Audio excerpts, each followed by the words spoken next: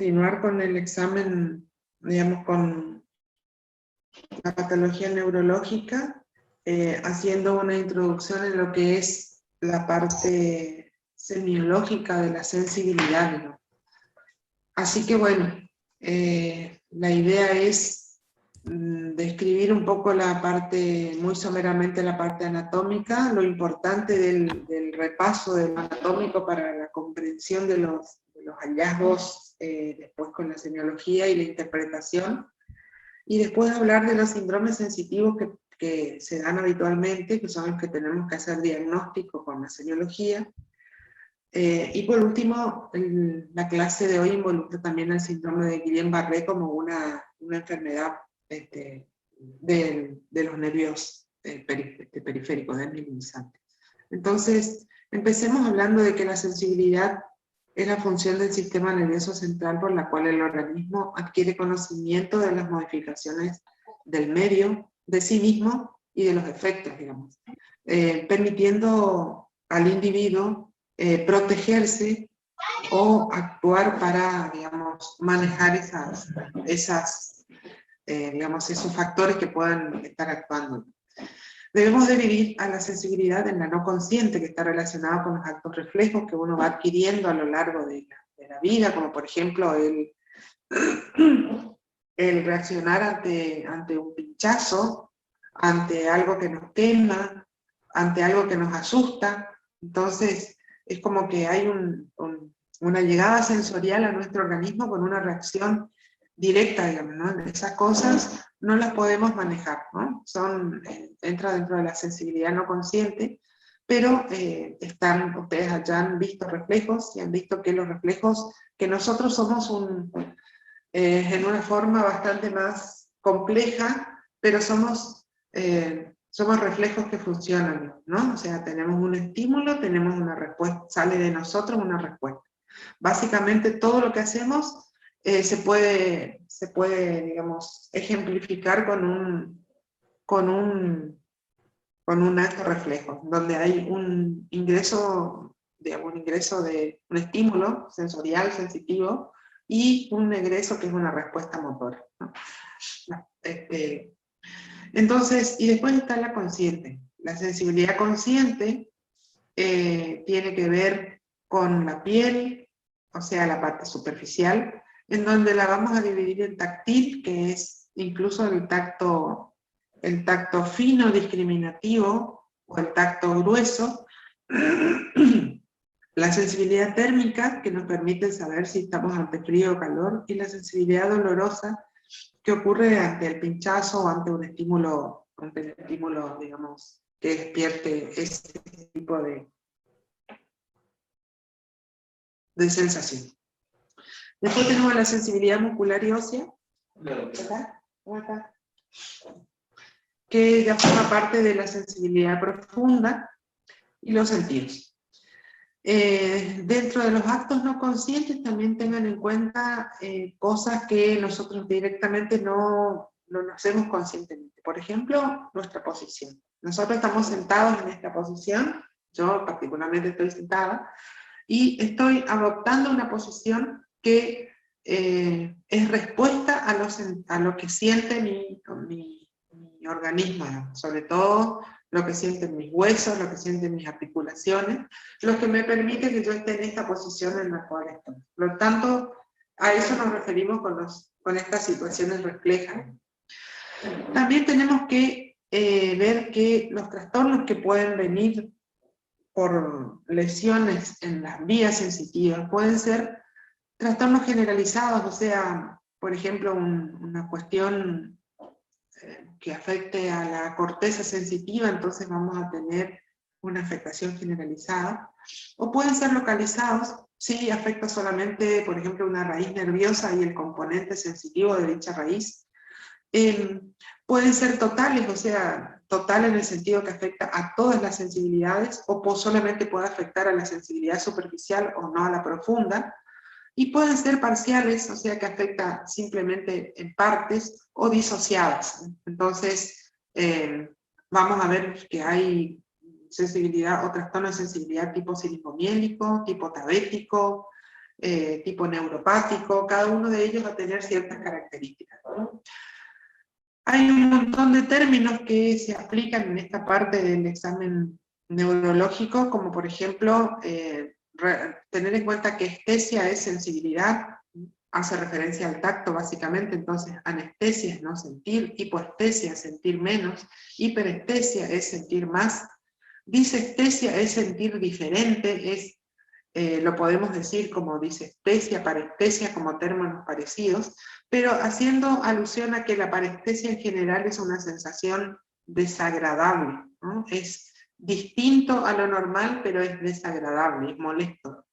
Y después tenemos los términos que tienen que ver con otras cosas, como por ejemplo la palestesia, que sería la sensibilidad profunda, entonces podemos tener una hemipalestesia, una monoapalestesia. Después podemos poner, por ejemplo, el tema de la sensibilidad termoalgésica, entonces podemos decir que tiene una hemitermoanalgesia, una monotermoanalgesia, términos, digamos, que lo van a encontrar en los libros para ejemplificar algunos de estos síndromes sensitivos que vamos a ver. Muy importante recordar esto, digamos. Esto seguramente alguno de los doctores que les dio clase antes les habrá dicho, que en neurología es muy importante repasar, por lo menos someramente, la parte anatómica, para recordar lo que son las vías en general, que son las que si las sabemos interpretar bien, nos van a dar, vamos a poder, digamos, interpretar y decir, bueno, la lesión de este paciente probablemente esté en tal localización en el sistema nervioso.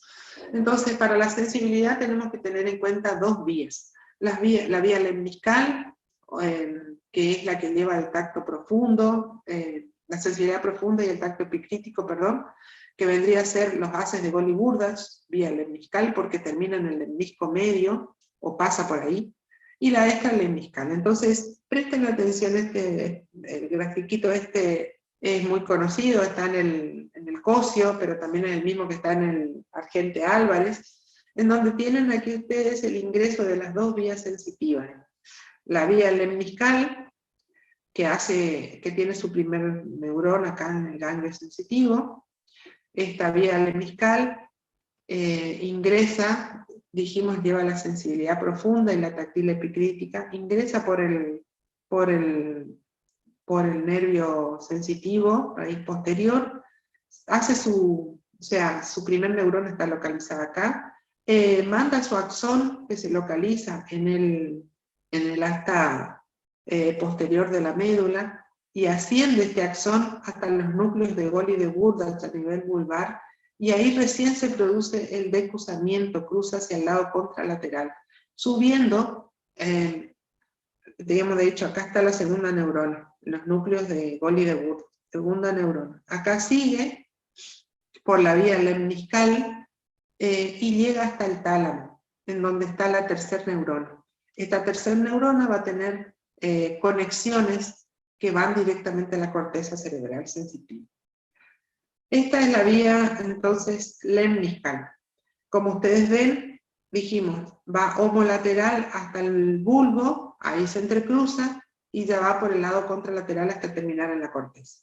La vía extralemniscal, que es la que lleva la sensibilidad termoalgésica y la del tacto grueso, ingresa, su primer neurona también está acá en el ganglio sensitivo, pero fíjense que ya la segunda neurona está en el asta sensitiva acá de la médula, donde hace la sinapsis de esta primera neurona, y esta segunda neurona manda su axón que uno o dos segmentos medulares por encima se entrecruza al lado contralateral y avanza por el haz espinotalámico hacia arriba, digamos. Entonces, primer neurona en el ganglio, segunda neurona en el asta anterior, posterior de la médula, se entrecruza por la comisura anterior de la médula y se aloja en el haz espinotalámico y asciende.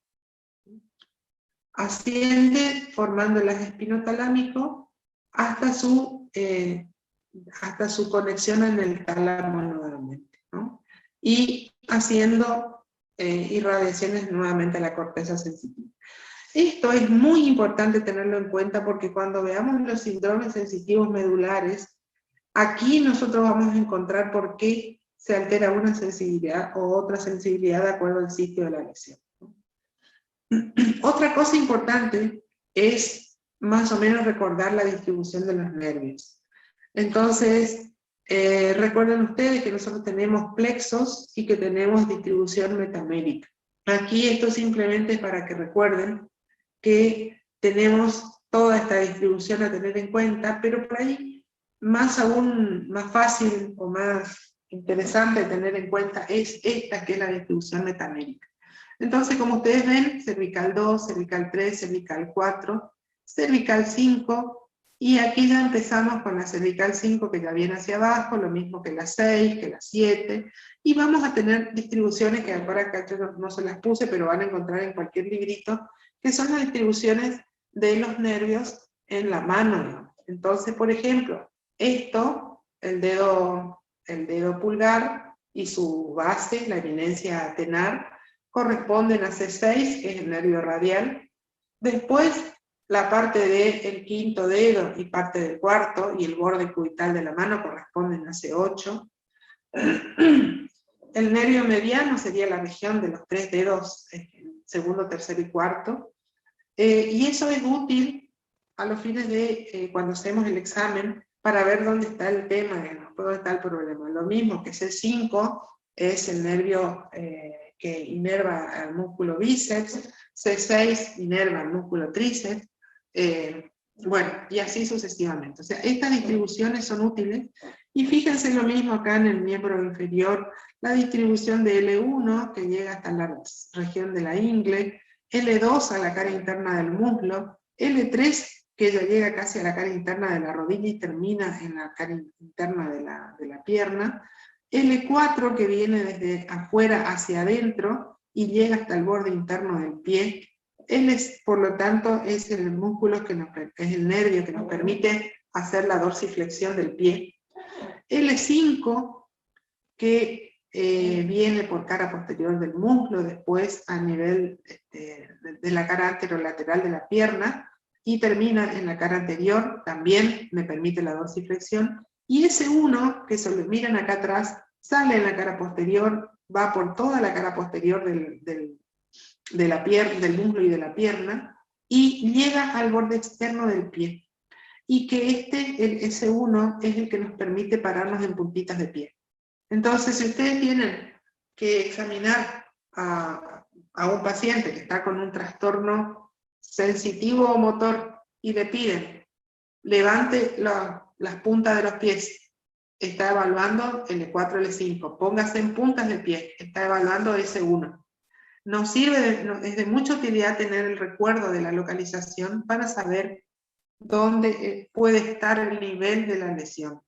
Y eso tiene importancia porque en vez de solicitarle después una resonancia magnética de columna, le vamos a especificar en la zona donde a nosotros nos parece que está la lesión. Entonces pedimos columna lumbar, y si queremos ampliar un poquito nuestro espectro lumbosacro, pero no pedimos columna completa para evaluar una lesión, porque ya hemos hecho el examen físico y encontramos que la lesión es altamente probable que esté en esa localización, ¿no?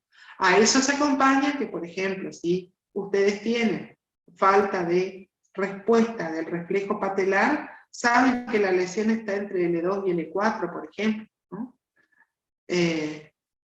Entonces, nos sirve tener, digamos, en mente estas cosas como para poder ir localizando las diferentes lesiones.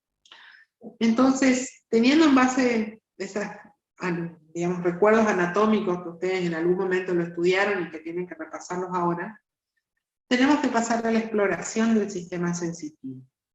Cuando vamos a hacer el examen físico, recuerden que en esto, como lo que buscamos es una respuesta por parte del paciente, siempre le tenemos que decir qué es lo que le vamos a hacer. Le vamos a pinchar, le vamos a tocar, le vamos a golpear, le vamos a mover una parte del cuerpo. Recordar que para evaluar sensibilidad le vamos a mostrar lo que vamos a hacer, pero después le vamos a decir que mantenga los ojos tapados para que no esté viendo y por lo tanto pudiendo eso influir en la respuesta que nos va a dar. La exploración debe ser breve, o sea, no podemos estar demorando 1 hora haciendo el examen semiológico, tiene que ser rápido. En lo posible, para hacerlo también más rápido, valorar regiones simétricas. Entonces, si vamos a evaluar miembro inferior, por ejemplo, tocamos de un lado y tocamos del otro, y le pedimos, supónganse que vamos a hacer el toco pincho, que es para valorar sensibilidad táctil y sensibilidad dolorosa. Entonces puedo ir tocando regiones simétricas de ambos lados, por ejemplo, toco plantas del pie, toco y pincho, puedo tener le toco con el dedo y le pincho con el alfiler, y le voy pidiendo que me discrimine qué hice, toqué, toco o pincho. Y toco de un lado, toco del otro, voy cara externa de la pierna, anteroexterna, cara anterointerna, subo al muslo. Entonces, de esa manera se va haciendo más ágil el examen, digamos. Por las dudas, vamos a ver que cuando queremos evaluar la parte de esta parte del examen físico, muchas veces las pruebas no nos cierran. Entonces, cuando no nos cierran, tenemos que volver a repetir. Esperamos un ratito, o sea, hacemos otra prueba, otra cosa que estamos haciendo con el paciente, y volvemos a repetir. A ver si de vuelta sale lo mismo. Porque si no, muchas veces resulta que la respuesta no siempre es igual y no nos ayuda para tomar después una decisión diagnóstica, ¿no? Entonces, tener en cuenta todos esos detalles, asegurarse que el paciente tenga los ojos cerrados y programarse ya lo que le vamos a hacer. Entonces ya sé que empiezo por el pie, empiezo por la cara externa, por la planta, por la cara dorsal, voy cara anteroexterna de la pierna, cara interna, anterior del muslo, posterior del muslo, y voy ascendiendo, ¿no? Para que sea práctico, para que sea de utilidad. Entonces, dijimos que en la piel tenemos el tacto epicrítico, ¿no? El que podemos discriminar con precisión, en donde el paciente le decimos es lo que podemos hacer, por ejemplo, con el compás sensitivo, que es un compás en donde podemos poner puntos separados, y hay lugares en donde, por ejemplo, en la punta de la lengua, se dice que con una distancia de 1 milímetro, el paciente nos puede decir que estamos pinchando puntos diferentes. Y, por ejemplo, en la espalda, es un lugar donde tenemos un tacto epicrítico poco discriminativo, pueden llegar a haber 3 a 4 centímetros entre los dos puntos del compás. Entonces, el otro lugar donde hay mucha discriminación son los pulpejos de los dedos, en donde entre 1 y 2 milímetros podemos discriminar como puntos diferentes. Y después tenemos el tacto protopático, que es el grueso, es el que percibe también el calor y el dolor. Y en realidad el paciente no nos puede decir, me duele aquí, sino me dice, me duele acá, ¿no? Nos da regiones, no nos dice que el problema no nos da específicamente el lugar. Entonces, para eso nosotros tenemos un martillito de reflejos, que tiene generalmente un alfiler por un lado, un clavito, y por otro lado un cepillito. Pero si no tenemos eso, podemos utilizar otros elementos, qué sé yo, la punta de la vid nos puede servir como alfiler, el pulpejo del dedo nos sirve para la sensibilidad fina, o si no, una torundita de algodón, ¿no? Si queremos usar algo más algo diferente. Entonces, otra cosa que podemos encontrar es cómo evaluar la sensibilidad profunda, por ejemplo. Entonces aparecen aquí otros términos, como por ejemplo la varestesia, que sería, varestesia es el sentido por el cual nosotros sentimos diferente presión. Entonces, la presión se hace en general con un objeto romo o con la mano llena, y se comprime o se aprieta diferentes partes del cuerpo. Ya los receptores son más profundos, están en la hipodermis, están en el periósteo de los huesos. El sentido de varestesia es el que nos permite, por ejemplo, cuando estamos mucho tiempo en una misma posición sentados, cambiar de posición para que no nos moleste o para que no nos lastime la posición. Lo vamos a valorar con presión simplemente, ¿no? Entonces le damos diferentes compresiones también de abajo hacia arriba, preferiblemente, para ver si es que el paciente percibe si le comprimo más fuerte o le comprimo más suave. Después el otro término es la barognosia, que es la sensación de reconocer peso. Entonces, la barognosia es darle al paciente una cosa en la mano y decirle, que es obviamente ojos cerrados, como dijimos antes, y que nos diga cuánto, si pesa más o menos que otro objeto que le dimos. Junto con esto está, aquí no está la barognosia. La barognosia ya es una sensibilidad un poquito más compleja, porque al hablar de gnosia significa conocimiento.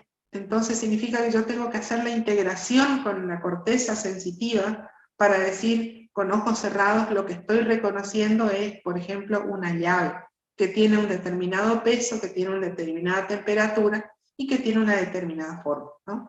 Entonces, sensibilidad profunda, barestesia, sentido de presión, barognosia, sentido de peso, palestesia, que lo hacemos con el diapasón, ¿no?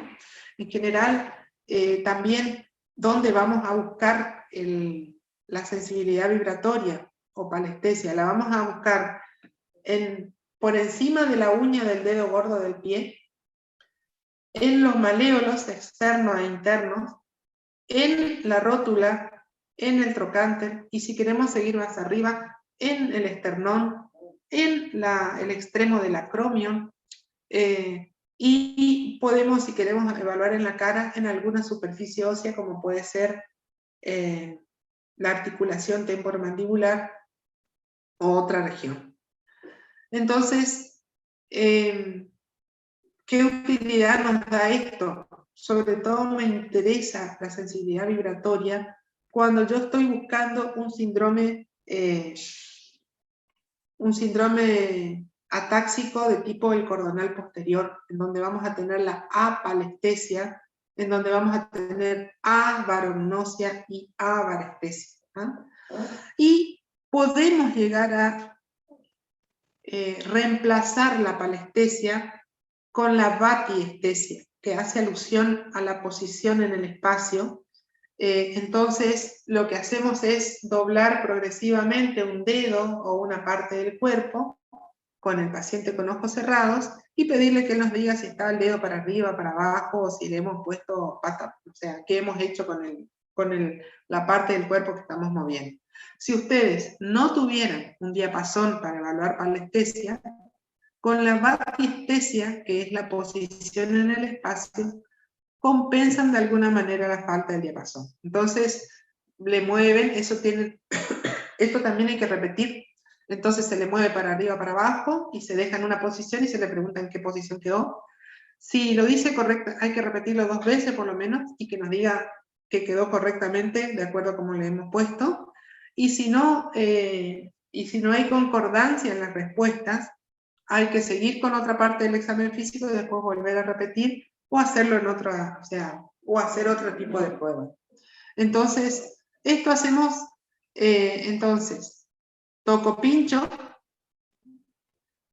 empiezo por la cara dorsal plantar del pie, cara dorsal del pie, cara anteroexterna de ambas piernas, cara anterointerna, cara anterior de muslo, cara posterior de muslo, y avanzo de acuerdo a mi distribución metamérica. Fíjense cómo esto va avanzando bien, bastante horizontal en el tronco. Voy subiendo el pinchazo, el toco pincho hacia arriba, de acuerdo a lo que necesite evaluar en mi paciente.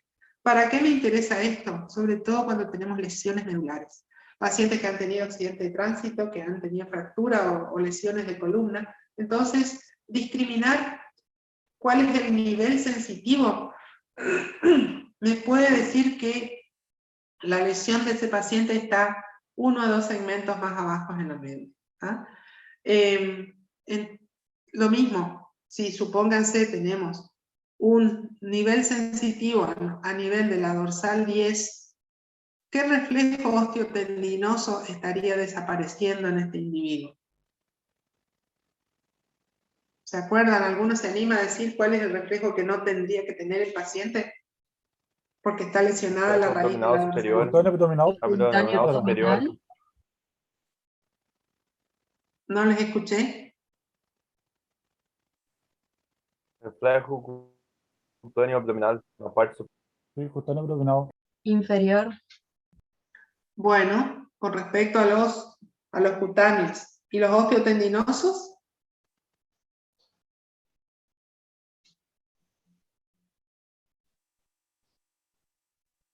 Medio pubiano, ¿no? El medio pubiano, ¿no? Correcto. Entonces, ustedes con eso pueden decir, o sea, con la desaparición de los reflejos, pueden decir, ah, bueno, aquí, acuérdense que el medio pubiano es un gran reflejo, tiene varios segmentos involucrados. Entonces, ustedes pueden decir, bueno, el problema está por acá.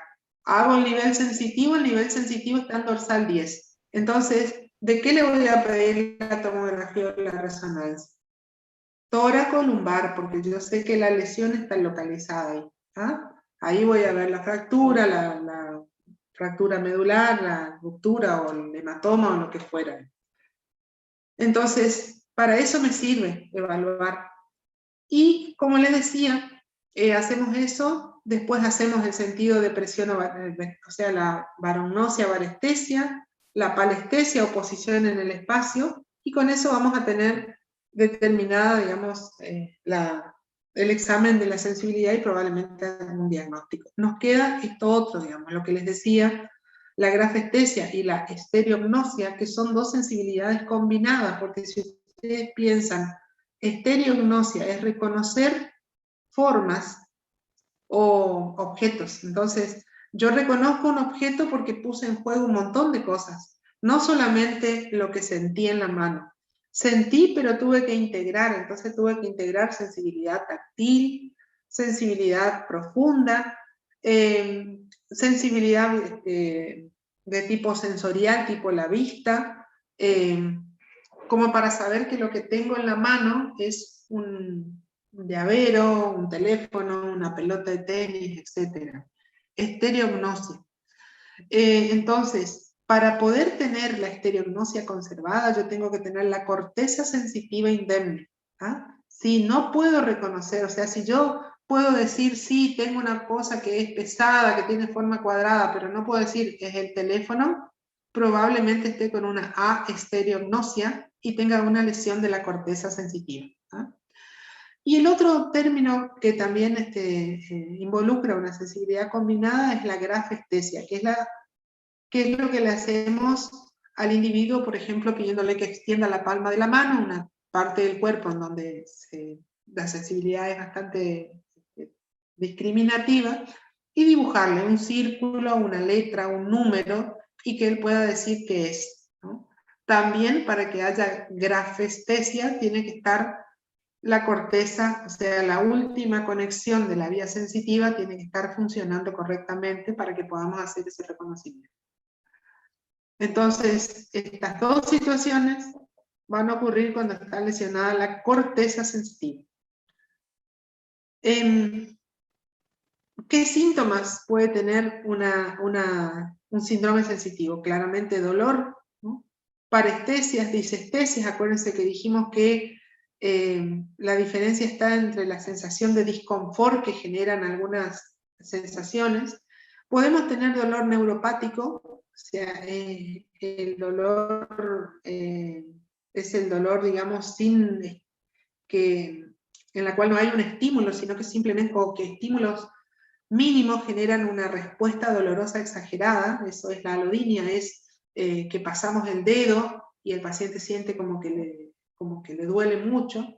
Y términos como que habíamos visto, como les había dicho, referidos al dolor, la analgesia cuando no se siente, la hipoalgesia cuando se siente menos el dolor, y la hiperalgesia que vendría a ser, el extremo sería la alodinia, cuando estímulos muy insignificantes generan un dolor intenso. Esto es anestesia, hipoestesia, hiperestesia es con respecto al tacto, ¿no? Entonces, anestesia es no sentir el tacto, hipoestesia es sentirlo menos, e hiperestesia debería ser de vuelta un equivalente a la orina. Y acá lo mismo, hipotermoestesia, cuando hay trastorno de la sensibilidad térmica, anestesia o hiperestesia. Cuando vamos a hablar de los síndromes sensitivos en sí, o sea, conjunto ya de síntomas y signos que tienen una... vamos a tener síndromes de disociación, en donde los vamos a definir como aquellas que tienen algunas formas de sensibilidad conservadas y otras alteradas, en donde aquí tenemos tres síndromes de disociación bastante característicos, que ya vamos a ir viendo. El periférico, en donde está afectado el nervio; el tabético, donde está afectado el haz de Boli-Burdach; y el siringomiélico, donde está afectado el haz espinotalámico, pero no están afectados los otros. Entonces, de acuerdo a cuál de ellos está afectado, es que vamos a tener la sintomatología. Y los topográficos que están en relación con la distribución. Entonces tenemos, por ejemplo, las hemianestesias, las paraplejías, los síndromes específicos como el síndrome radicular sensitivo, o del cono medular o de cola de caballo, o la parálisis de Duchenne, o bueno, diferentes estructuras, o sea, síndromes que están relacionados con la lesión específica de una parte del sistema nervioso predominantemente sensitivo. Y lo que nosotros podemos ver, y vamos a hacer diagnóstico con el examen físico, es en el síndrome polineuropático, que dijimos que es un síndrome que puede ser de disociación. Polineuropático, seguramente recordarán los que ya dieron diabetes, la polineuropatía diabética, o la mononeuropatía, porque aquí tenemos que diferenciar, digamos, los dos síndromes de neuropatía periférica. El mononeuropático, en donde se afecta una raíz nerviosa; el de mononeuritis múltiple, donde se afectan varias raíces nerviosas, pero de diferentes lugares. Por ejemplo, se afecta la parálisis del quinto cervical junto con una parálisis facial, o con una del ciático popliteo externo. Eso sería una mononeuritis múltiple.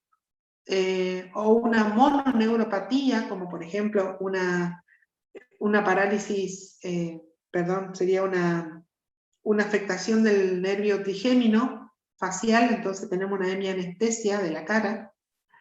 Después tenemos el polineuropático, que es el que se afectan todos los nervios de una región del cuerpo. Entonces tenemos una polineuropatía distal, generalmente, que es la que podemos ver en enfermedades bastante comunes como la diabetes, el alcohol, y después algunos que afectan a la parte proximal, como son, por ejemplo, algunas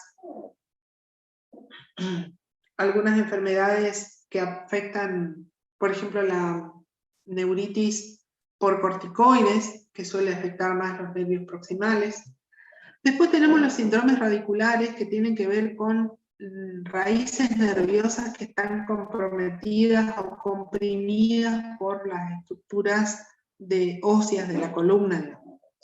Los síndromes medulares, que va a depender entonces de la localización, o sea, no es lo mismo un síndrome medular a nivel lumbar que a nivel torácico o cervical. También no es lo mismo que afecte una determinada sensibilidad o varias. Los síndromes de tronco, aquí ustedes vieron los otros días, cuando vieron síndrome de motoneurona superior y cuando vieron ACV, que depende la localización. Si son lesiones que asientan en el tronco, por ejemplo, van a afectar un núcleo de algún nervio, generalmente un par craneal, asociado con la lesión de la vía piramidal o sensitiva que pasa por esa región. Entonces tenemos afectación de un par craneal del lado homolateral con una afectación contralateral sensitiva motora, o sea, haz piramidal o vía sensitiva. El síndrome talámico, que lo vamos a ver cuando hay lesiones que asientan en el tálamo, generalmente son isquémicas, hemorrágicas o tumorales. y cuando tenemos una afectación de la corteza sensitiva, ¿no? Son los diferentes síndromes que podemos ver. Entonces, dijimos parestesias, sensaciones raras, pero tolerables. Disestesias, con claro disconfort. En el síndrome polineuropático, entonces, vamos a tener los sectores afectados con estas sensaciones, y podemos dividir a estas neuropatías de neuropatías a fibra fina, en donde tenemos la sensibilidad profunda que comienza, que es la última que se afecta porque es la que tiene la fibra gruesa, y se afecta sobre todo la sensibilidad, el tacto, el calor, la sensibilidad al tacto, la temperatura y al dolor, ¿no? Entonces, todas van a estar disminuidas, pero se afectan más unas que otras. Entonces tenemos la fibra fina y la fibra gruesa. En la fibra gruesa, sobre todo la neuropatía desmielinizante, el ejemplo clásico sería Guillain-Barré. Lo que vamos a encontrar habitualmente es disminución de la sensibilidad táctil, entonces el toco pincho va a estar alterado. Vamos a tener disminución de la sensibilidad a la palestesia, entonces palestesia o posición en el espacio, acuérdense. Vamos a tener pérdida de fuerza, debilidad muscular, y vamos a tener la abolición de los reflejos de acuerdo a la localización. Entonces, distribución en bota, en miembros inferiores, distribución en guantes, en miembros superiores. Después están las mononeuropatías. Como les dije, tenemos de diferentes, es un nervio que está afectado. Entonces, es común ver, por ejemplo, parálisis que afectan a los nervios del plexo, algunos nervios del plexo braquial, relacionados con traumatismos laborales o a veces traumatismos obstétricos. Entonces, el radial, claramente, acuérdense que el radial, a ver, pidiéndole ahí que por ahí participen un poquito ustedes. ¿Cómo verían ustedes o cómo harían diagnóstico de una mononeuropatía radial? ¿Cuál sería el hallazgo semiológico de este individuo?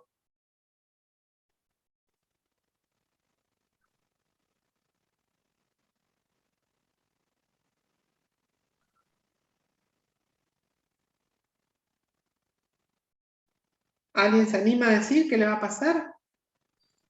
La mano todo el brazo se pone en flexión, ¿no? ¿Cómo sería inflexión? ¿Se cae, se levanta? El antebrazo sobre el brazo se hace flexión y la mano sobre el antebrazo. Como si En como general, colgado. cuando tenemos mononeuropatía, o sea, cuando tenemos polineuropatía, vuelvo acá. Pérdida de la fuerza muscular, abolición de los reflejos, disminución de la sensibilidad táctil, de la palestesia y de la batiestesia. El radial habitualmente, ¿qué hace? El radial es el que me permite flexionar la mano, o sea, extender la mano sería la Extender todo flexión. el miembro superior. Doctora, ¿no queda el mano en péndula? Queda la mano en péndula, exacto. El radial hace esto, ¿no? Entonces, si está paralizado, hace esto, mano péndula. Eso es lo que le queda, la parálisis del radial, ¿no?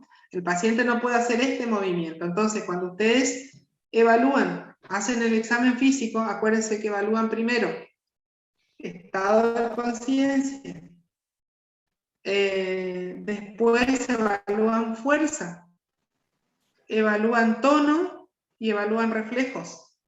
Entonces, en una parálisis del radial, cuando evalúan fuerza, el paciente no va a poder hacer este movimiento cuando ustedes le tratan de evaluar, ¿no? Cuando evalúan tono, seguramente el tono de los músculos del antebrazo va a estar disminuido comparado con el contralateral.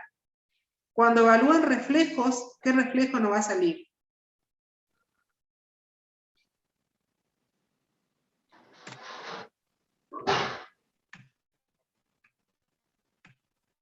El estilo radial. El estilo radial, ¿no?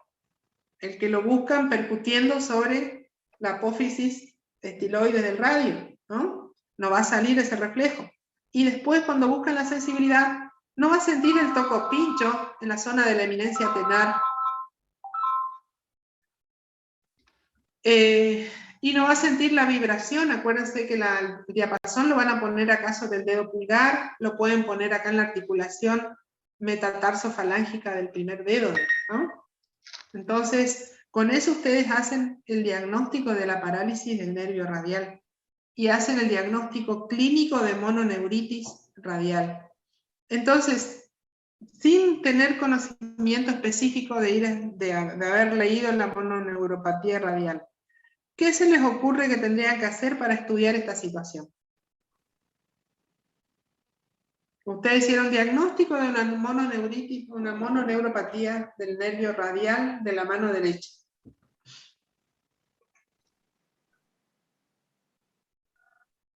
A lesão é a altura de C5, C6. Bueno, o sea, usted puede pensar que la lesión está en la médula. ¿Usted dice qué estudio pediríamos, profe, o cuál?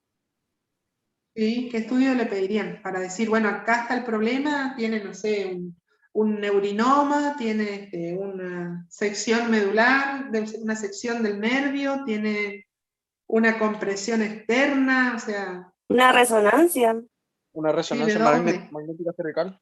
de las cervicales. Bueno, podrían pedir una resonancia a la columna cervical, ¿no? Haciendo foco, dijeron en C5, C6, ¿no? Pero obviamente que ustedes previamente hicieron el resto del examen físico, así que examinaron cómo está el miembro superior, a ver si es que no hay un traumatismo, una fractura, otra cosa, digamos, ¿no? De lo que hayan hecho previamente, del examen previo pueden ya tener alguna idea. Después, por ejemplo, una parálisis o una mononeuropatía del frénico. ¿Qué tendría el paciente?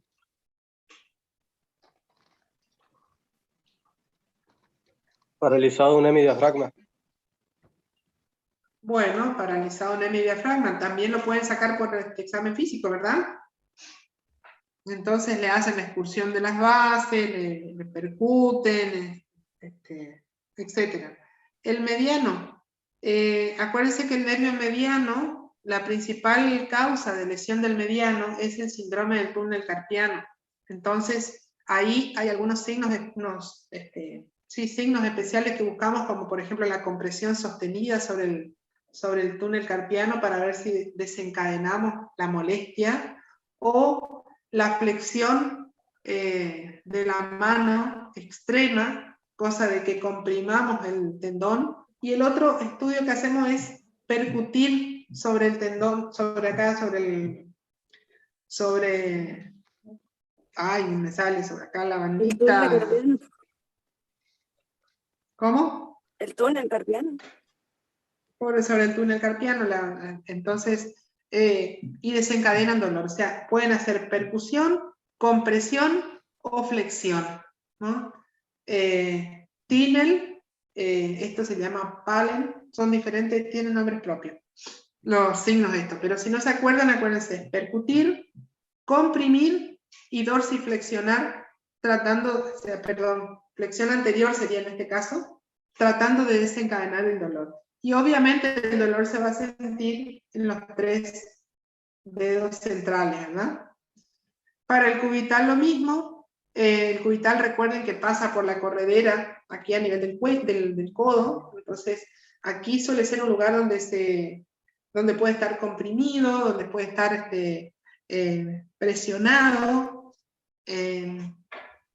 Y ustedes pueden también, con la palpación de esas estructuras, desencadenar dolor que se le corre hacia la zona que inerva el nervio. El ciático popliteo externo, ¿qué será que lo que nos va a generar el ciático popliteo externo? Si tenemos una mononeuropatía del ciático popliteo. Ciatalgia?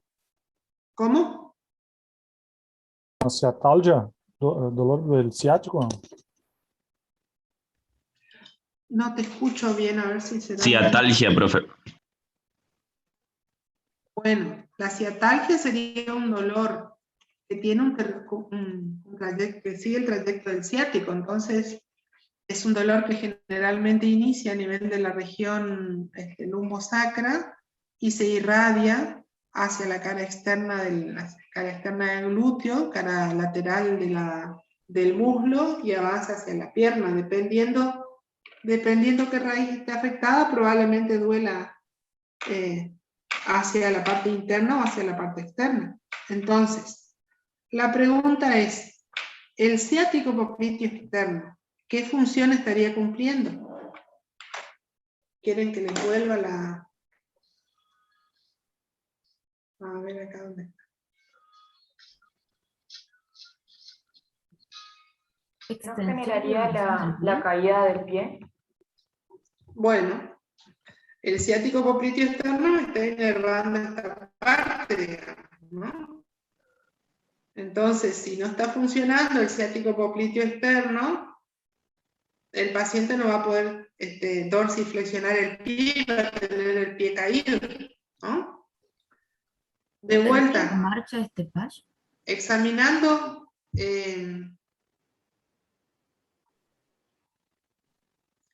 en este caso es una mononeuropatía, es unilateral. Sí sería un stepage unilateral, ¿no? Entonces levanta la pierna exageradamente porque no puede dorsiflexionar el pie y cae, ¿no? Bueno, o sea que las mononeuropatías son fácilmente detectables con un examen físico ordenado.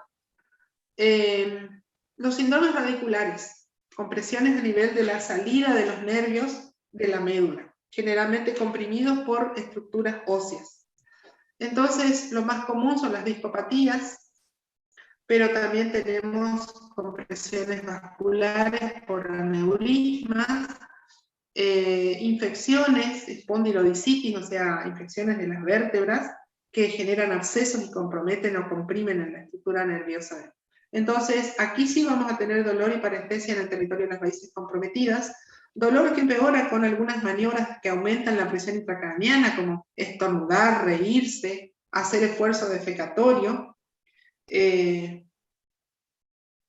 Entonces, podemos, digamos, suponer que el dolor es una discopatía o una radiculopatía cuando tenemos exacerbación de las molestias con esos esfuerzos, como la tos, el estornudo, sonarse la nariz, reírse exageradamente, hacer esfuerzo defecatorio, etc.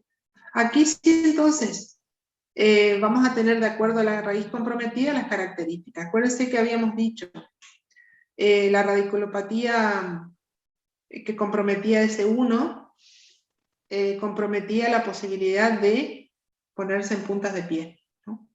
Entonces, vamos a tener que va a haber dolor y parestesias en ese segmento, se le corre el dolor de arriba hacia la punta del pie, que el tendón de Aquiles va a estar comprometido, por lo tanto vamos a tener una arreflexia aquiliana, que déficit de fuerza para la flexión ventral, o sea, ponerse en puntas de pie, y el signo de la SESH.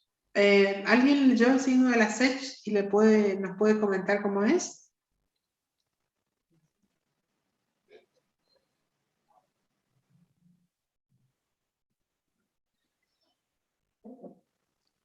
Signo de la SESH es un signo que buscamos lumbar a por la extensión de la pierna, ¿puede ser? a la extensión de la pierna. ¿Cómo sería? A ver, si el paciente está acostado en decúbito lateral, decúbito dorsal, ¿cómo lo buscas?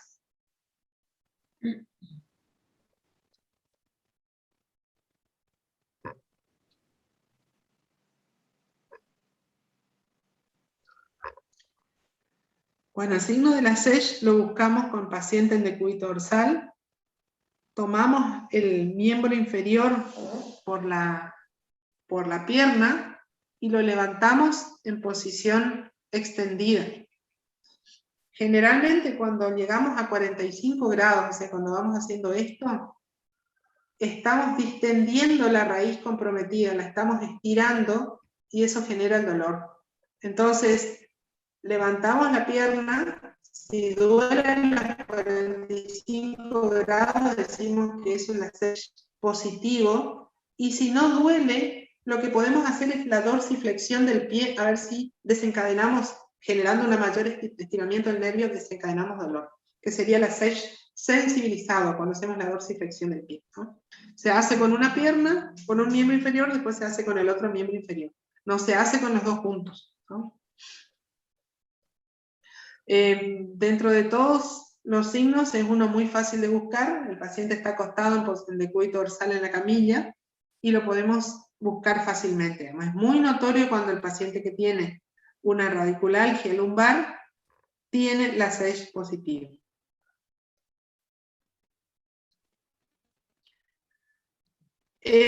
Otras radiculopatías bastante, digamos, conocidas, la van a encontrar en los libros tranquilamente, es por ejemplo estas dos, las radiculopatías de tipo Duchenne y de Dejerine-Kumple.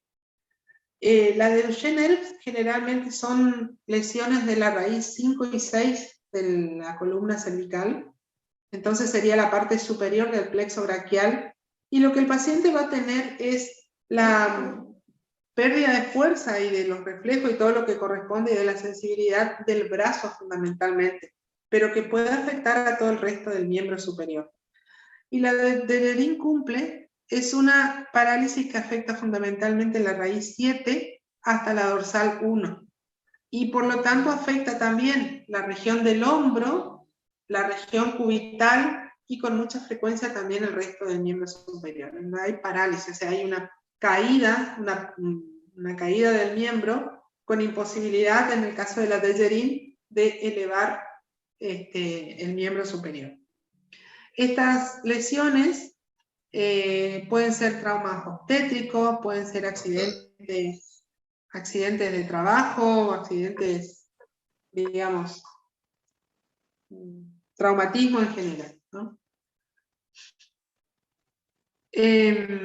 Y en el miembro inferior se describe un síndrome en donde ya lo que está comprimido no es una raíz en sí, sino toda la cola de caballo, que serían las últimas raíces, digamos, lumbares y sacras. Aquí lo que tenemos es una alteración que nos va a dar anestesia en la zona de la silla de montar. Entonces toda la sentadera, la cara interna de ambos muslos, la región perineal va a tener anestesia y va a haber una alteración esfinteriana, o sea, va a haber incontinencia fecal, incontinencia o función urinaria, o retención urinaria. Aguárdenme un segundito que ya la segunda vez.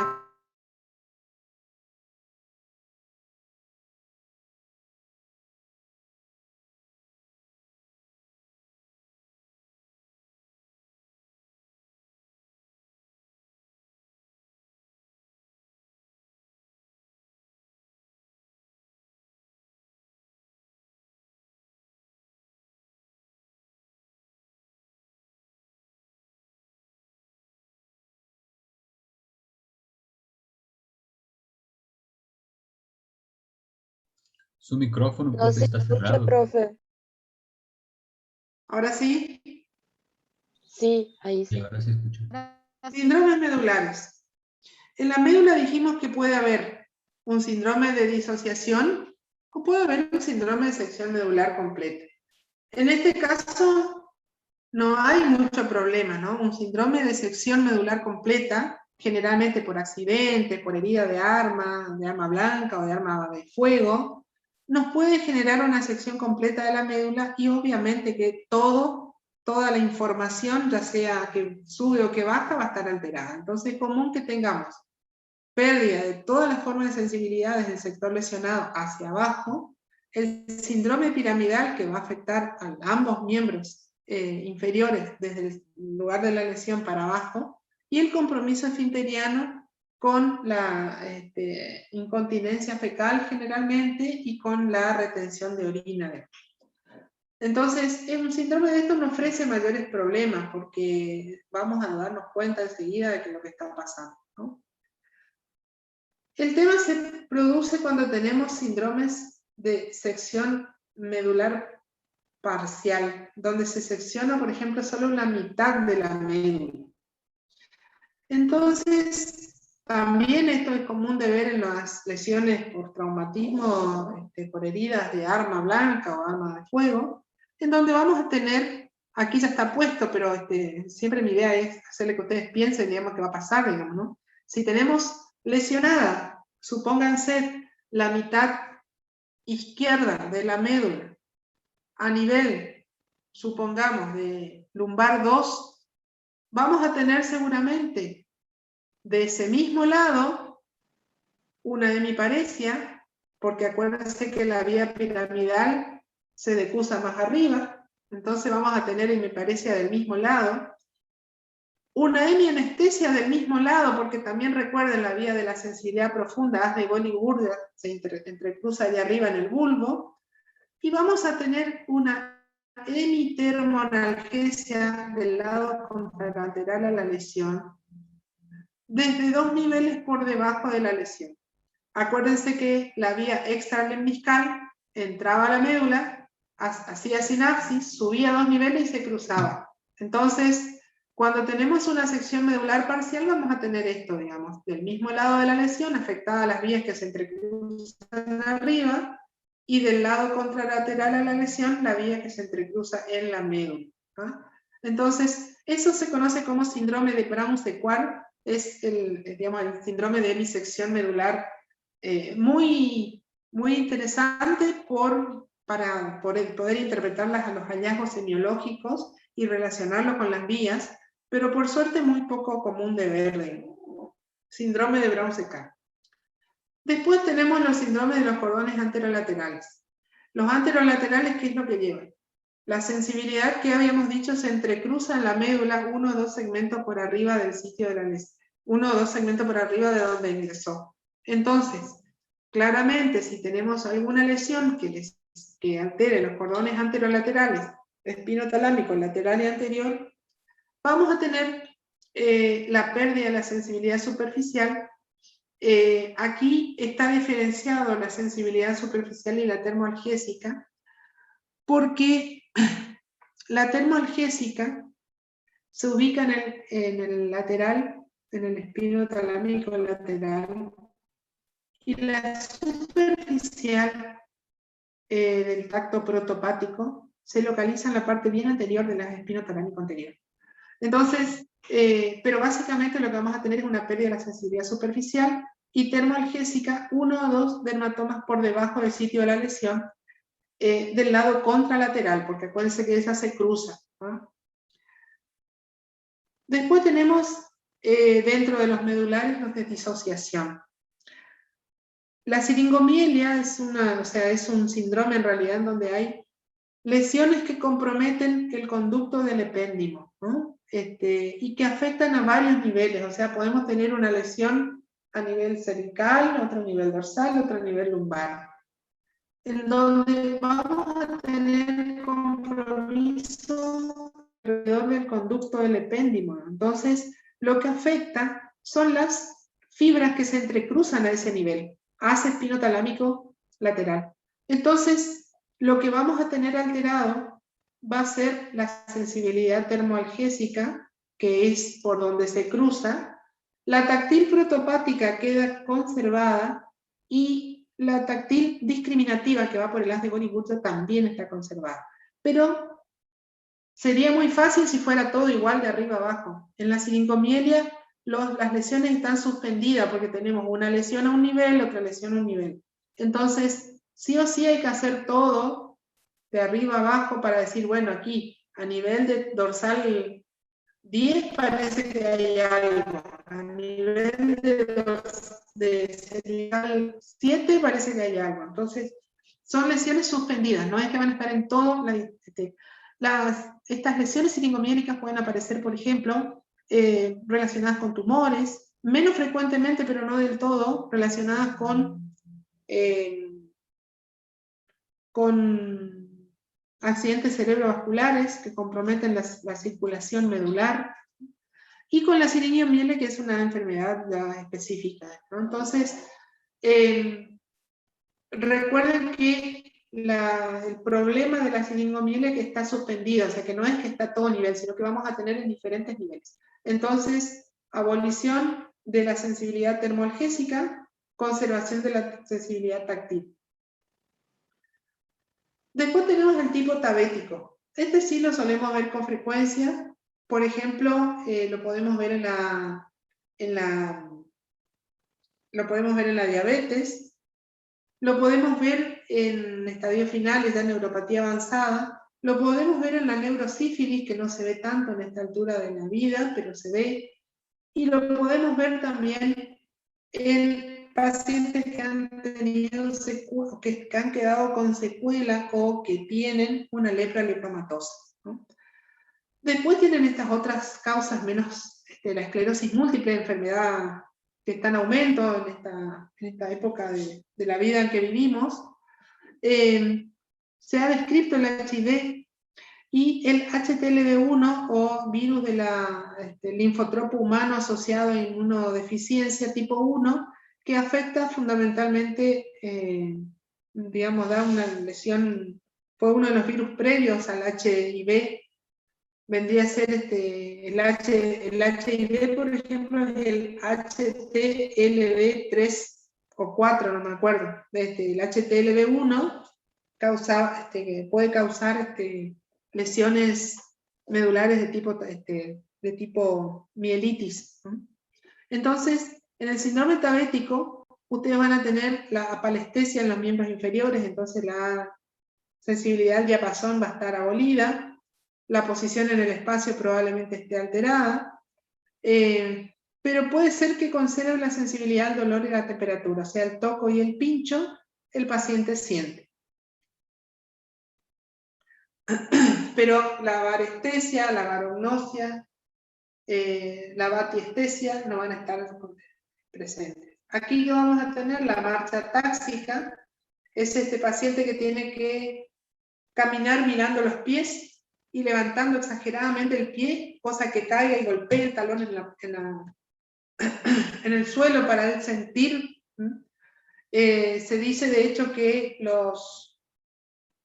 la vista son las muletas del tabético, ¿no? Acá tenemos una alumna que toda la clase le estoy mirando, que está mirando el celular, que se ríe y que es como que está conversando con alguien. Yo le diría que si no le interesa la clase se desconecte, porque realmente me genera inquietud estar observándola. Bien, muchas gracias. Entonces, los síndromes de disociación tabético, nosotros nos vamos a dar cuenta porque el paciente no puede juntar los pies y cerrar los ojos. A lo mejor pueda juntar los pies, pero cuando cierra los ojos, inmediatamente comienza a balancearse y se puede desplomar.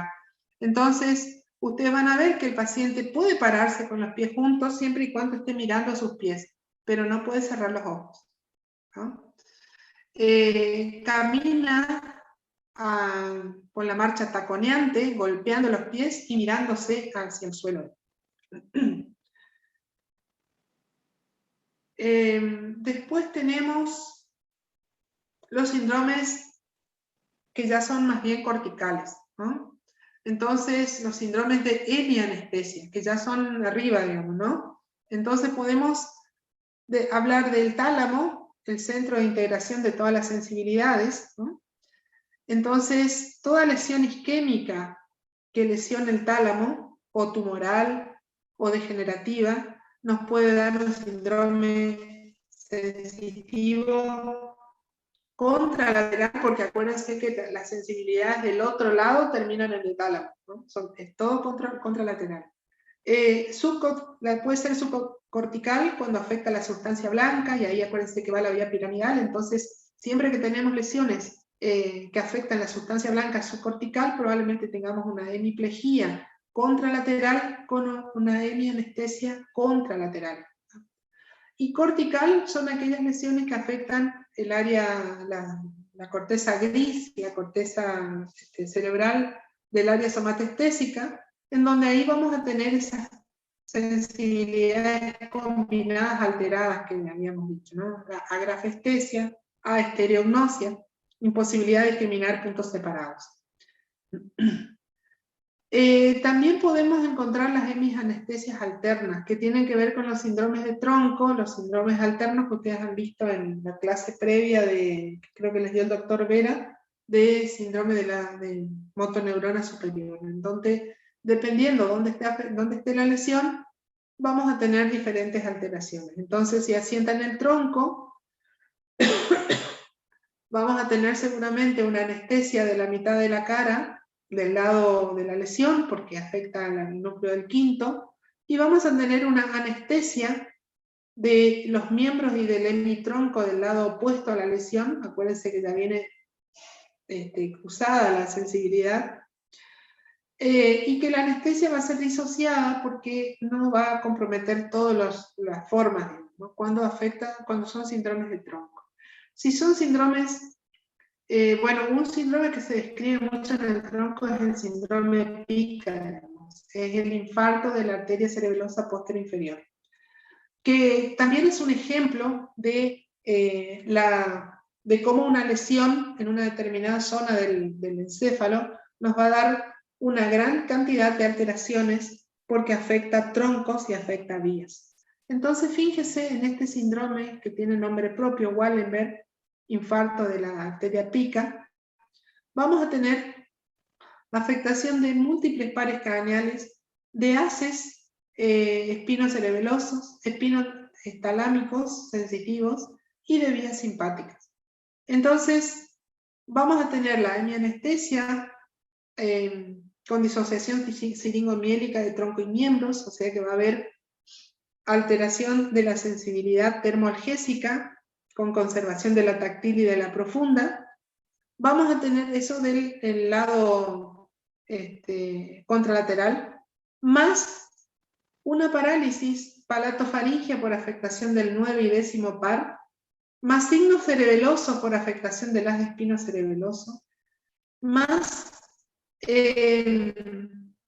una anestesia termoalgésica de la hemicara del lado de la lesión por la afectación del quinto, más el síndrome de Claude-Bernard-Horner por la afectación de la vía simpática del lado de la lesión. Claramente, si uno hace a conciencia el examen neurológico, puede hacer diagnóstico de infarto de la PICA, de la arteria cerebelosa posterior inferior. Hemianestesia alterna, o sea, el paciente no siente del lado contralateral, pero resulta que no tiene movilidad del paladar del lado de la lesión, tiene una hemiataxia, entonces tiene incoordinación del movimiento del lado afectado, tiene un Claude-Bernard-Horner del lado afectado y una ausencia de sensibilidad en la cara del mismo lado de la lesión. Además, si uno se pone a pensar, son regiones extremadamente pequeñas, digamos, las lesiones que nos dan el síndrome, o sea que por infarto de estas arterias, en donde con una tomografía axial computada generalmente no se ve. Tenemos que recurrir a resonancia magnética, que es lo que ve mejor la fosa posterior y la región de tronco, digamos, como para poder determinar dónde está la lesión. Son lesiones muy pequeñas.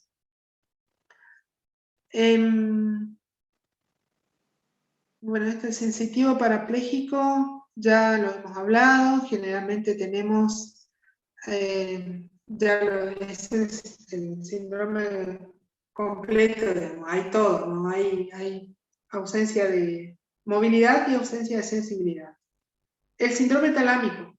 ¿Por qué se produce el síndrome talámico? Generalmente son lesiones isquémicas, pero como causa común, pero pueden ser tumores, pueden ser lesiones degenerativas tipo esclerosis múltiple, esclerosis lateral amiotrófica, y lo que nos van a dar van a ser, acuérdense que ahí se centra toda la sensibilidad del cuerpo del lado contralateral, entonces son cuadros sensitivos contralaterales al lado de la lesión, y como el tálamo es un centro integrador también de la parte emocional, tiene contacto con el hipotálamo y demás, vamos a tener una situación en donde describimos lo que se conoce como hiperpatía talámica, que es una especie de labilidad emocional que tienen estos individuos. Pasan de la risa al llanto rápidamente, bueno, y tiene que ver por esta relación con esos elementos. Entonces, un síndrome talámico va a tener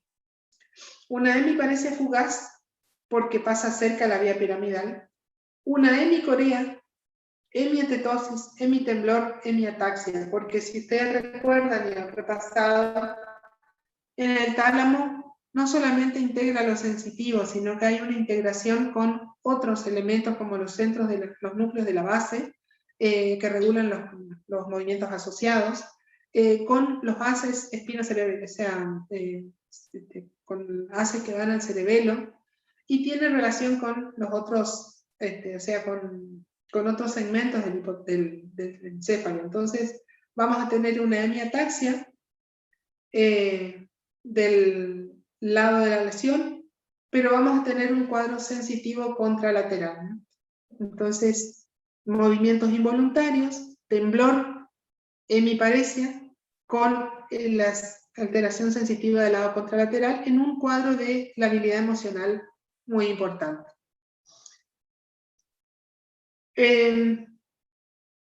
Y después se describen una serie de síndromes que ustedes ya lo estudiaron cuando vieron piramidal. El síndrome de Clot, en donde tenemos una lesión, digamos, en donde se afecta la arteria cerebral posterior, afectación del tercer par y una ataxia contralateral, o sea, es un síndrome alterno.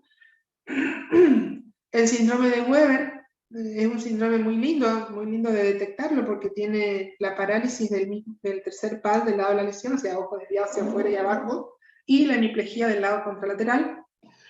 Y en la medida de que vamos ascendiendo, el Benedict ya tiene compromiso de los haces cerebelosos, entonces, y de los núcleos de la base, entonces tenemos hemianestesia parcial, hemiataxia, hemicorea, hemiplegia del lado contralateral por las vías, más la parálisis del tercer par del lado de la lesión.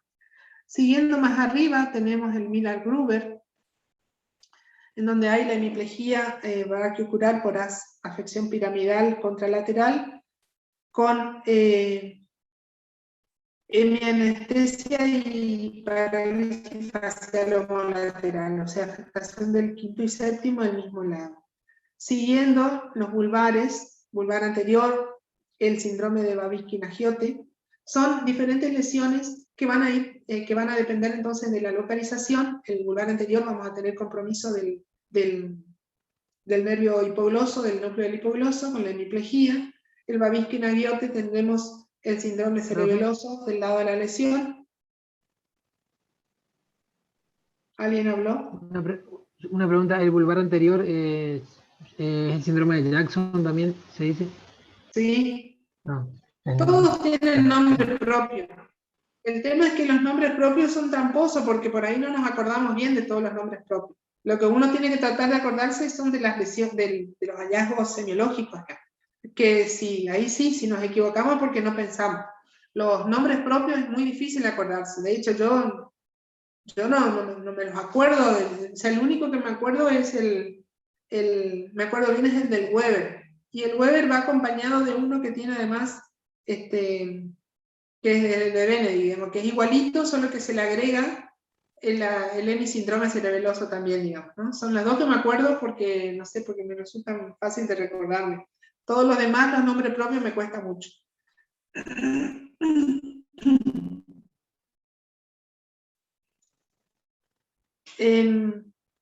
Y vamos al sensitivo cortical.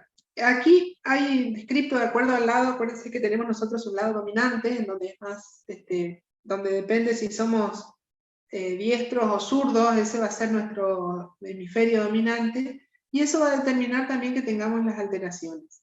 En general, los síndromes sensitivos son por meningitis, por encefalitis, por tumores, por accidentes cerebrovasculares.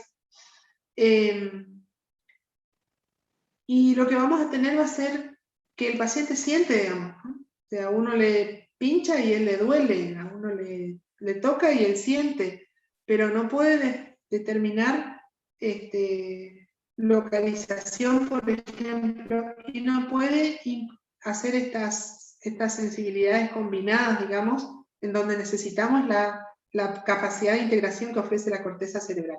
Entonces, se describe, por ejemplo, cuando la lesión es del lado derecho, la presencia de alucinaciones táctiles y de la anosognosia, que es el no reconocer el propio cuerpo. Entonces estos pacientes pueden andar, pueden caminar, pero viven chocando porque como que no se dan cuenta que tienen el lado del cuerpo y golpean contra cualquier cosa porque no se dan cuenta que lo tienen, digamos.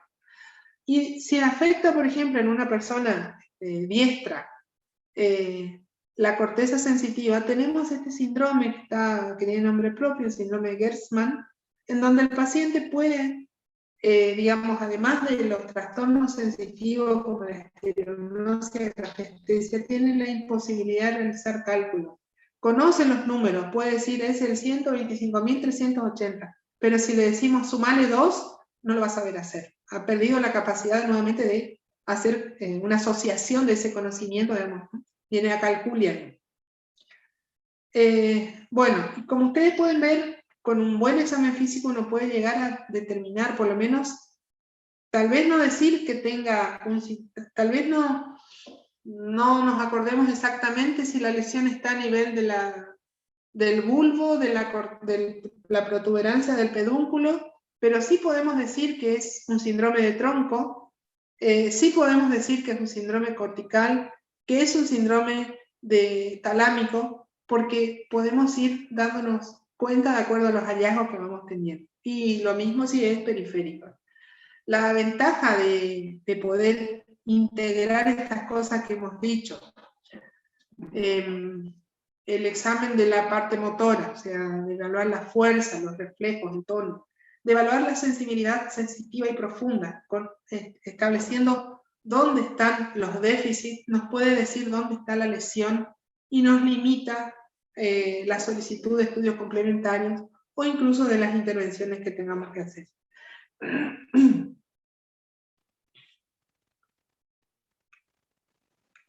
Bueno, y 2 palabritas con respecto al síndrome de Guillain-Barré. Nos quedan 10 minutos. Que es una enfermedad dentro de las polineuropatías que es aguda. O sea, aguda nos referimos a que entre el inicio y la máxima progresión de la enfermedad pasan 4 semanas. Si sigue progresando más de 4 semanas ya es una polineuropatía subaguda, ¿ah? Y si va más de 8 semanas es crónica, ¿ah? Eso es importante porque define situaciones diferentes con tratamientos discretamente diferentes también. Entonces, Guillain-Barré, aguda, grave, de evolución fulminante, de causa autoinmunitaria. Generalmente relacionada con algún estímulo inmunitario, ¿no? Nosotros actualmente con el asunto de las vacunas COVID, ahora por ejemplo se está hablando de posibilidad de Guillain-Barré post vacunas COVID, pero también se ha hablado por ejemplo de otras vacunas, la vacuna de la gripe ha desencadenado en algunos casos episodios de síndrome de Guillain-Barré. Con respecto a la clínica, es una parálisis motora de evolución rápida. En general, decimos sin alteraciones sensitivas, pero lo llamativo es que los pacientes se quejan de dolor en los segmentos afectados. Entonces, si uno le hace el toco pincho, él siente, discrimina, posición en el espacio puede discriminar, pero refiere dolor. La forma más común es la parálisis ascendente, que se conoce como parálisis de Landry, otro neurólogo eminente de hace 200 años, en donde él ya describió esta parálisis que comenzaba por los miembros inferiores, generalmente imposibilidad primero de caminar, posteriormente de sentarse en la cama, y si progresaba, compromisos superiores, con disestesias y hormigueos variables en las extremidades. Un porcentaje no menor hacen algo de dificultad a nivel del glenofacial. Yo también estoy re pobre. Viste, ella siempre está peor que otro. Hay alguien que está con el micrófono, por favor, que lo apague. No sabes que no me olvidé de contarte. Viste que voy a estar lo mismo.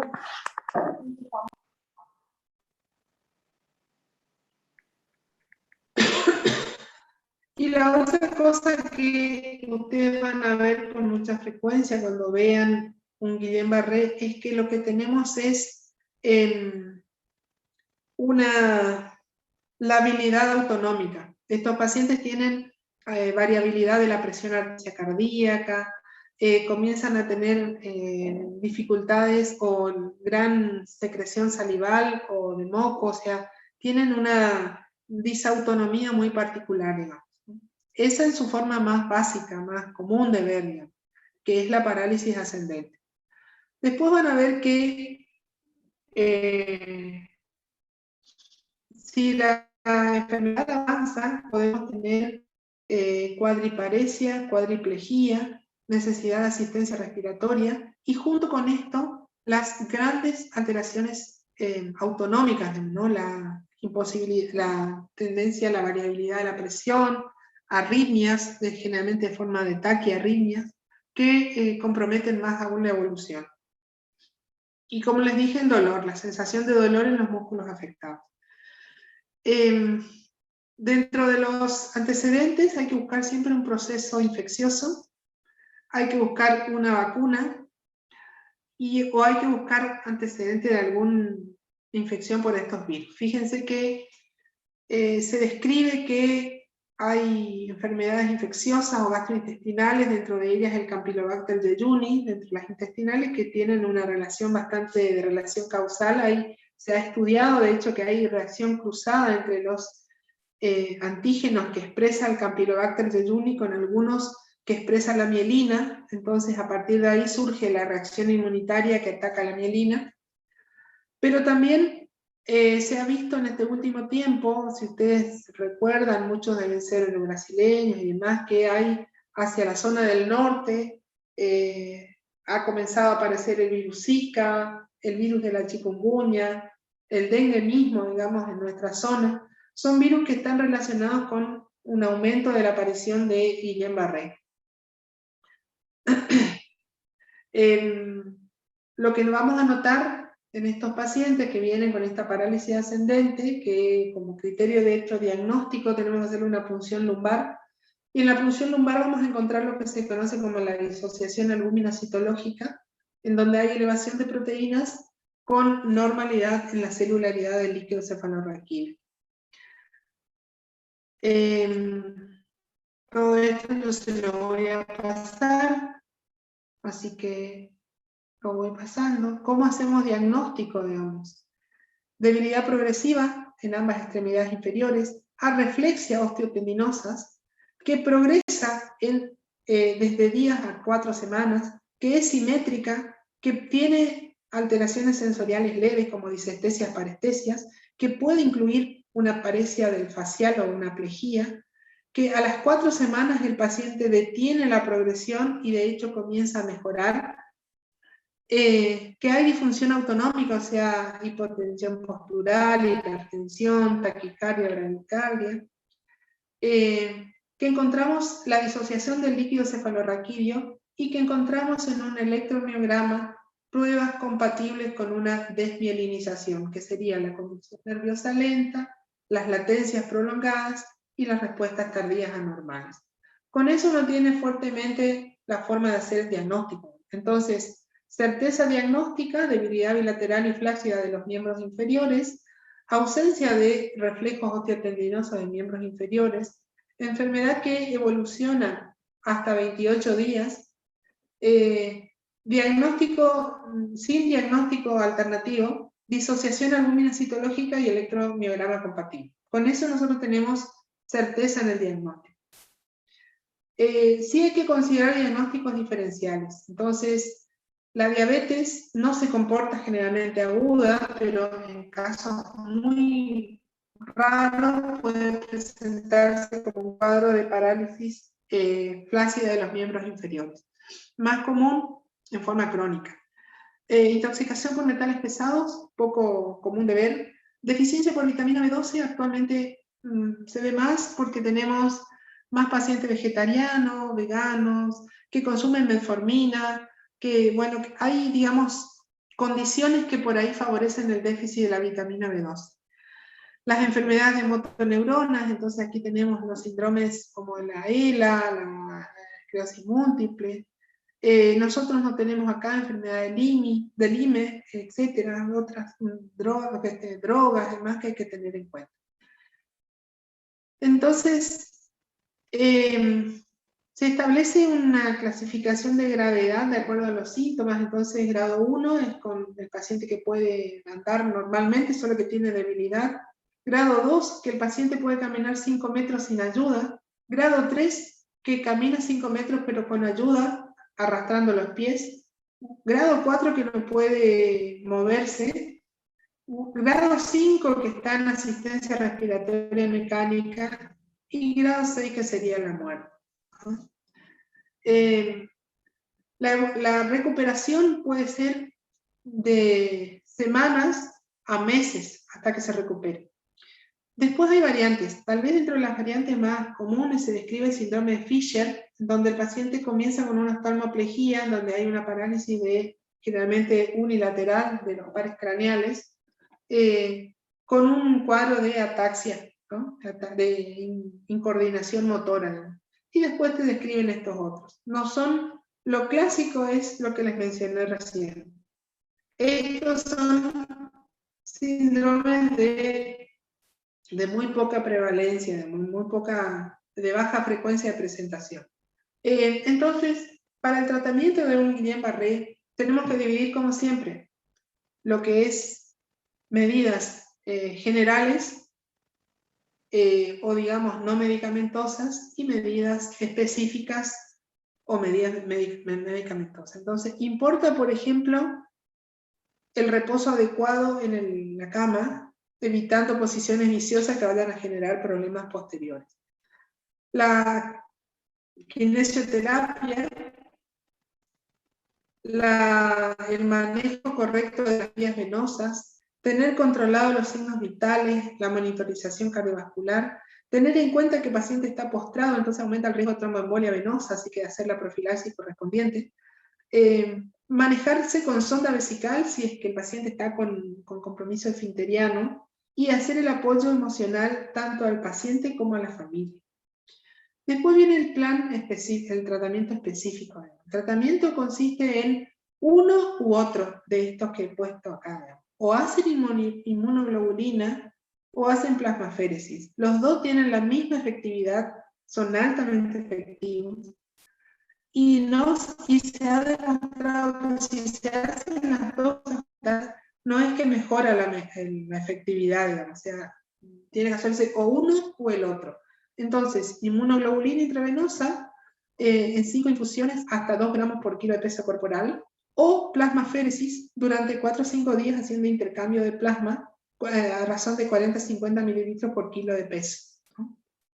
Con eso, fíjense, el 85% logra una recuperación funcional completa y obviamente se acelera la recuperación. La mortalidad es muy baja, menor al 5%, y mueren porque hacen complicaciones pulmonares, neumonías aspirativas, bronconeumonías, atelectasias por la falta de movilidad, y por esa razón fallecen. Si no, andan bien. Tener en cuenta que tanto la plasmaféresis como la inmunoglobulina intravenosa tienen efectos adversos que hay que tener, o complicaciones que deben tenerse en cuenta. Desde las hemodinámicas, para el caso de la plasmaféresis, que puede generar trombosis, puede generar hipovolemia, hasta endocrinos metabólicas, hasta infecciosas, porque se pueden transmitir virus a través de la plasma que se le recambia. Y con respecto a la inmunoglobulina intravenosa, tiene que ver con la inyección de las mismas, que pueden dar tromboflebitis, infecciones locales, rash, etc. Y menos frecuentemente meningitis aséptica y cosas más raras. Entonces, dijimos, 80-85% se recupera sin secuelas, un 10 al 15% queda con secuelas, y el 5% muere, ¿no? Los factores asociados con el mal pronóstico son la edad, que la enfermedad progrese rápidamente, que tengamos enfermedad cardiorrespiratoria persistente y que se demore en iniciar el tratamiento. ¿Qué hacemos nosotros acá en Santo Tomé, que no tenemos ni plasmaféresis y no contamos con las inmunoglobulinas intravenosas? Esto es imperativo, hacer el diagnóstico, hacerle la punción lumbar para demostrar la disociación albúmina citológica y solicitar la derivación antes que el paciente tenga una dificultad respiratoria que obligue a intubarlo y colocarlo al respirador, ¿no? En otros lugares donde se cuenta con el procedimiento, se puede acelerar de manera rápida la evolución y el paciente después vuelve ya luego del tratamiento a seguir su recuperación en el lugar de origen. Está tomando cada vez más importancia y se encuentra cada vez más esta forma,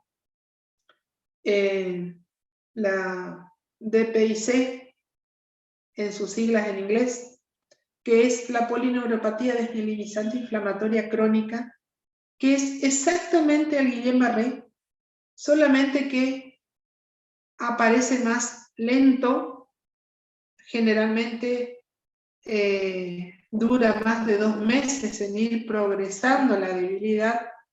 Después, con respecto a la clínica, es exactamente igual. Con respecto a los factores de riesgo, son muy parecidos de vuelta.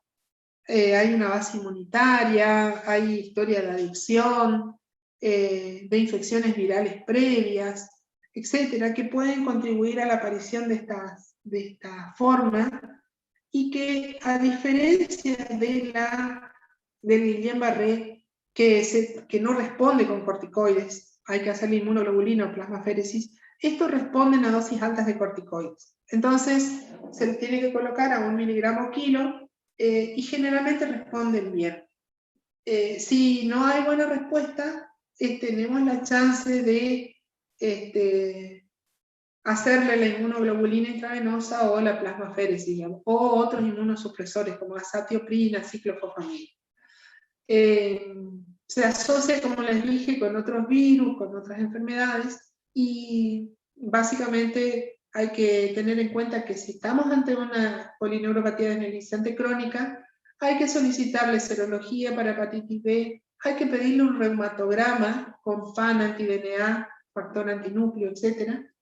Hay que pedir, digamos, hay que investigar la parte intestinal porque pueden tener alguna enfermedad inflamatoria intestinal. Buscar un tumor, entonces importa hacerle estudios de imágenes de todo, o sea, tomografía, generalmente de tórax, abdomen y pelvis, buscando ganglios, buscando masas. Pedirle un proteinograma electroforético, buscando las gamapatías monoclonales, que pueden ser desde un mieloma múltiple hasta gamapatías de significado incierto, que son, digamos, son algunas que no requieren un tratamiento específico de la misma, digamos, pero que predisponen a la aparición de esta situación.